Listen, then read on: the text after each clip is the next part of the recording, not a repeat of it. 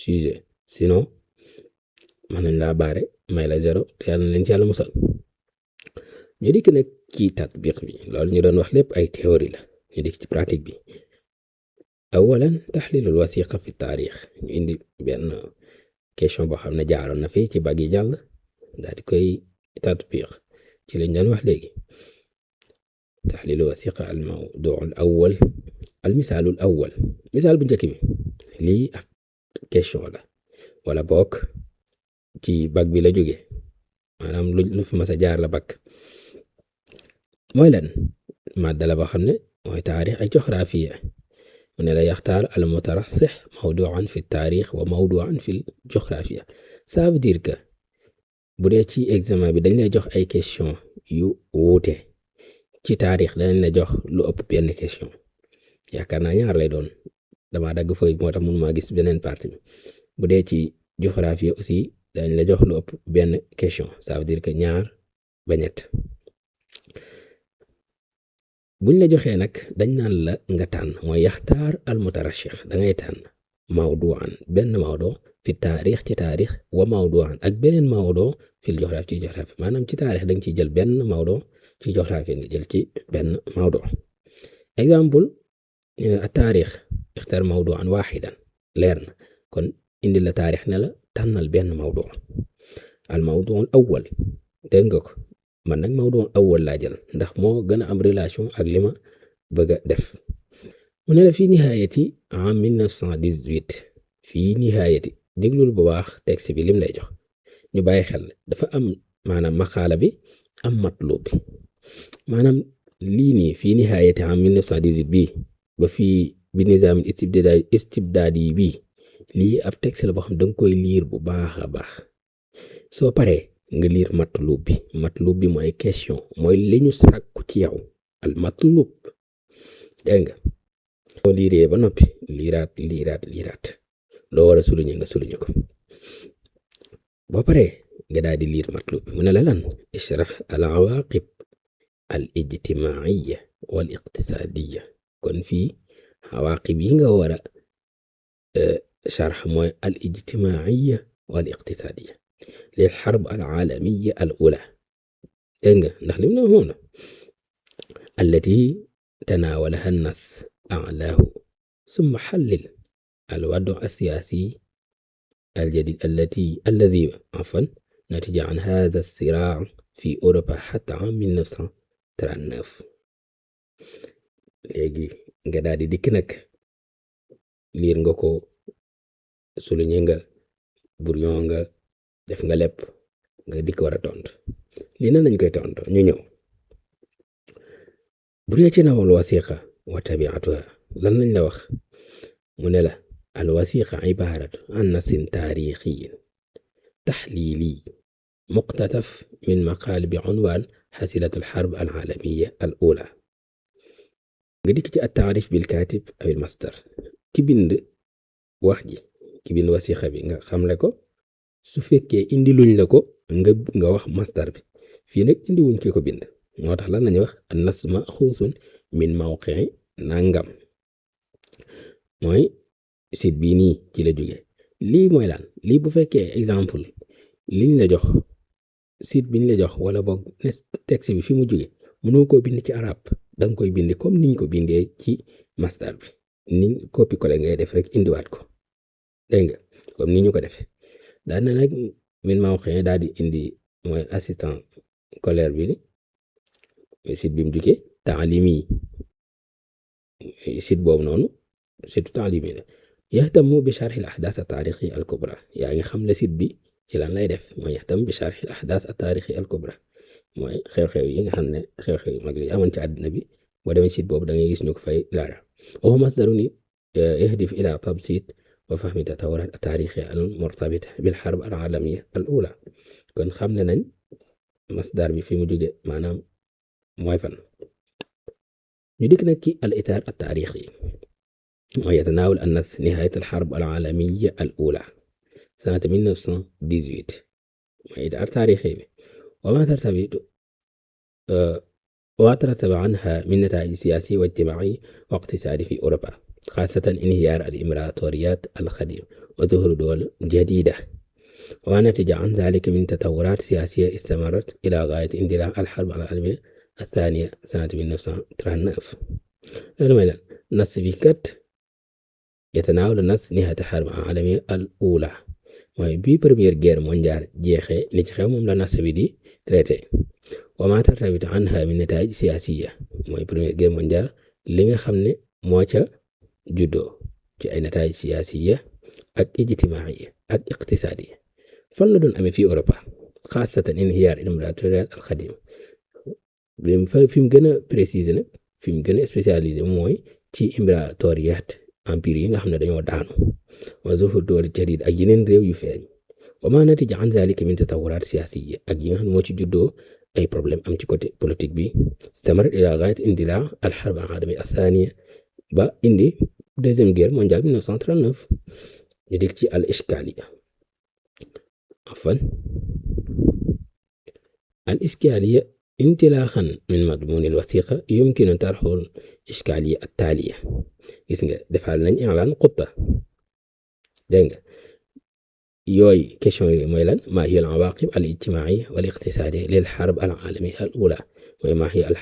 al-hasiil al-ijtimaa'i wal-iqtisaadiyya lil harb al-aalamiyya al-uulaa wa kayfa saahamat haadihi an-nataa'ij fi zuhuuri wad'in siyaasiyyin jadiid mahad li-indilaa'i al-harb al-aalamiyya as-saaniya mooy nataa'ij yooyu naka la participer naka la doone aussi sabab ci deuxième guerre mondiale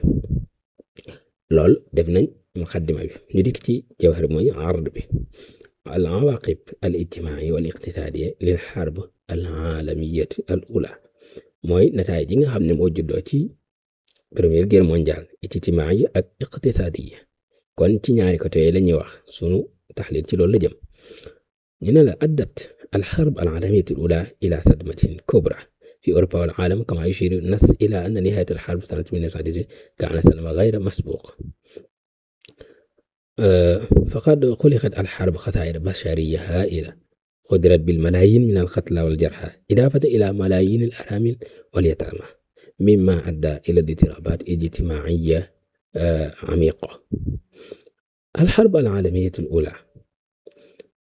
dafa doonoon problème boo xam ne ci wala bokk guerre boo xam ne mosuñu wax gis guerre bu ne mel musta am mooy première guerre mondiale kon ça veut dire que mooy première guerre bi nga xam ne moo ëpp ay catastrophe ci lu ñu xam ci histoire moom nag guerre boobu mi ngi jeex 1918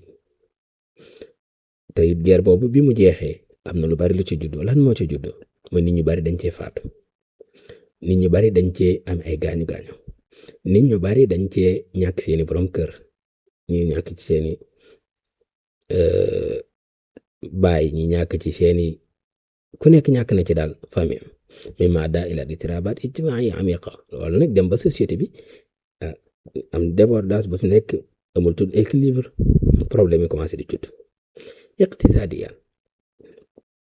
côté économie damarat al harb al bunniya at taxtiya wàllum comment dirais mooy afan dina ñëw al bunyat at taxtiya wal iqtisaad al europi xaysu tadarat al masaani wa turuq wa sukak al xadid wa taraakamat ad duyun ala duwal al europiya xususan almania allati urida alayha muahadatu Versailles تعويضات مالية ضخمة كما أدت الحرب إلى ارتفاع البطالة والفقر والتضخم وهو ما تسبب في تراجع مستوى المعيشة وانتشار الأزمات الاقتصادية في العديد من الدول الأوروبية. المهم bu dee ci côté économie bi dañoo gis ne maanaam infrastructure yi mooy bunyatu taxtiya infrastructure yi comme lu ci mel ne pour ñu comprendre ko mooy pont yeeg yoon yeeg aéroport yeeg yooyu mooy bunyatu taxtiya yooyu yëpp dafa màbb économie Europe daal di dellu ginnaaw ñaan ndax lan mu dellu ginnaaw économie dafa daanu lu tax économie daanu parce que ñi war a yëkkati économie ñoo loru mooy almasania mooy usines yeeg wa turuq wa sikakul xadid yi yoon yi yëpp yàqu wa taraakamat adduyun bor yi commencé bari réew Europe yi commencé di leb surtout di lebi al wilayat al mutaxida al amérikiya xusuusan Allemagne allati furidat alayha muahadatu Versailles ki ci gënoon a loru mooy Allemagne lan moo tax mooy première guerre mondiale jeexee moom dafa am ay muahada yoo xam ne dañ ko amaloon amoon nag ay sanctions yuñ ko tegoon yu metti kon moom bokk na ci ñi gën a loolu képp koo xam ne bëgg na ci am lu gën a leer leçon taarix yi def nañ ko bu demee bu ko seetaan den ci am lu gën a leer kama addat alxarbu ila irtifaail batala chômage daal di am mooy nit ñi amatul liggéey wal faqr wa tadaxum ñàkk gi bari wama tasababa fi tarajuc mustawa al maisha wa intisaar al azamat al iqtisadiya loolu nag dem ba nit ñi dundee pauvreté yokk nit ñi mënuñu am liggéey seen dund bi daal di gën a metti crise yi commencé di feeñ crise économie bari lool ci réew yoo xam ne dañoo seen économie daa commencé dellu ginnaaw crise économie daal di commencé am min ad-duwal al-Europiyya أما اجتماعيا فقد أدت هذه الظروف الصعبة إلى انتشار الحركات الاحتجاجية والثورات مثل الثورة البولشفية في روسيا سنة 1917 التي أدت إلى قيام أول دولة اشتراكية في العالم. دير ci côté ijtimaa'i muy société bi mooy moment yu difficile yooyu ñu nekkoon moo waral al xarakaat al ixtijaajiya daal di feeñ sawaraat yi commencé di feeñ bokk na ci sawaraat yooyu nag sawara bi ci gënoon a fees mooy sawara al bolchevique bi nga xam ne mi ngi doon am Russie atum 1917 nga xam ne bokkoon na ci li tax sax ñoom ñu génn ci première guerre mondiale bi ñu daal di retiré wu sawara boobu noonu moo waral dawla istiraakiya daal di taxaw te it mooy première dawla istiraakiya bu taxaw ci monde bi mooy sawara bolchevique boobu ñoo ko waral bu dee ci alwadu asiyaasi aljadid fi Europa ba'da alxarb ñu ne la min ahami nataij asiyaasiya lil xarb alaalamiyya al-ula suqut arbaat imiratoriyat kubra kon am na ñeenti empire yoo xam ne dañoo daanu ginnaaw première guerre mondiale wa hiya al imiratoriya al almaniya al imiratoriya an nimsawiya al majarra al imiratoriya al osmaniya al imiratoriya al rusiya ñeenti empire yëpp dañoo daanu وقد أدى انهيار هذه الإمبراطوريات إلى ظهور عدد كبير من الدول الجديد إمبراطوريات yooyu mooy empire yooyu bi ñu daanoo dafa am nag ay réew yu bari yoo xam ne dañoo juddu bees yoo xam ne existé wuñ woon léegi am nañ ci Europe al-Sharqiyya wal wusta misla Bolonda ci la bokk Tchécoslovaquie ci la bokk Yougoslavia ci la bokk لكن هذه الدول الجديدة كانت ضعيفة سياسيا واقتصاديا kon ñoom amuñu woon doole ci côté politique ak économie parce que réew yu bees lañ كما يشير النص إلى أن الديمقراطيات التي ظهرت بعد الحرب كانت هشة وقد واجهت هذه الأنظمة تهديدات من اتجاهين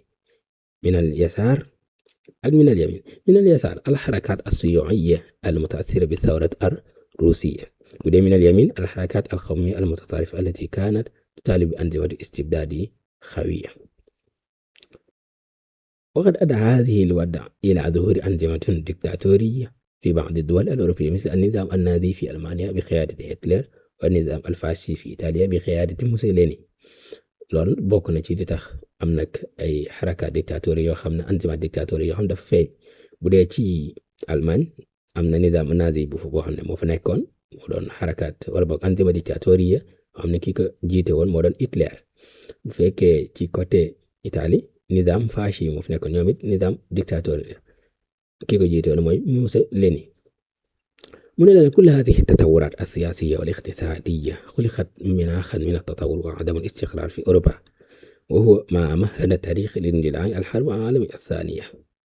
kon problème yi nga doon dégg yëpp moo waral deuxième guerre mondiale daal di judd ci atum 1939 ñu daal di dikk nag ci xaatima bi لأنه يتضح من خلال تحليل الوثيقة أن الحرب العالمية الأولى لم تكن مجرد صراع عسكري kon nekkul ne xarb alamiya ula dafa nekkoon rek diggante ñaari armée yu doon xeex bal shakkalat taxawulan amiqan fi taarix Europa wal aalam loolu moo tax carte Europe wala carte mondiale bi sax daal di changé xaysu addat ila azmatin iqtisadi problème yi ci juddoo dem ba indi ay crise économique ci àddina bi wa ijtimaaiya crise maanaam société bi commencé di am problème kabir وداهمت في ظهور نظام سياسي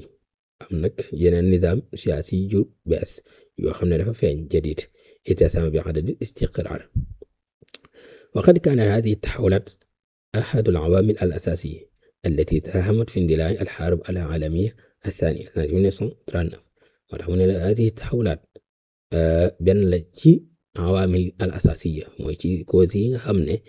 ci facteurs yi nga xam ne moo tax lan al harb al alamiya thaniya daal di déclenché ci atum 1939.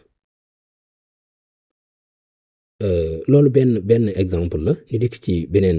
misaal bi ñu dikk ci taxlil wasiqa fi aljuxrafia al mawdu al awal afwan al misaalu saani bii nii question moo nekk nii ñu liir ko الجغرافيا اختار موضوعا واحدا encore kon benn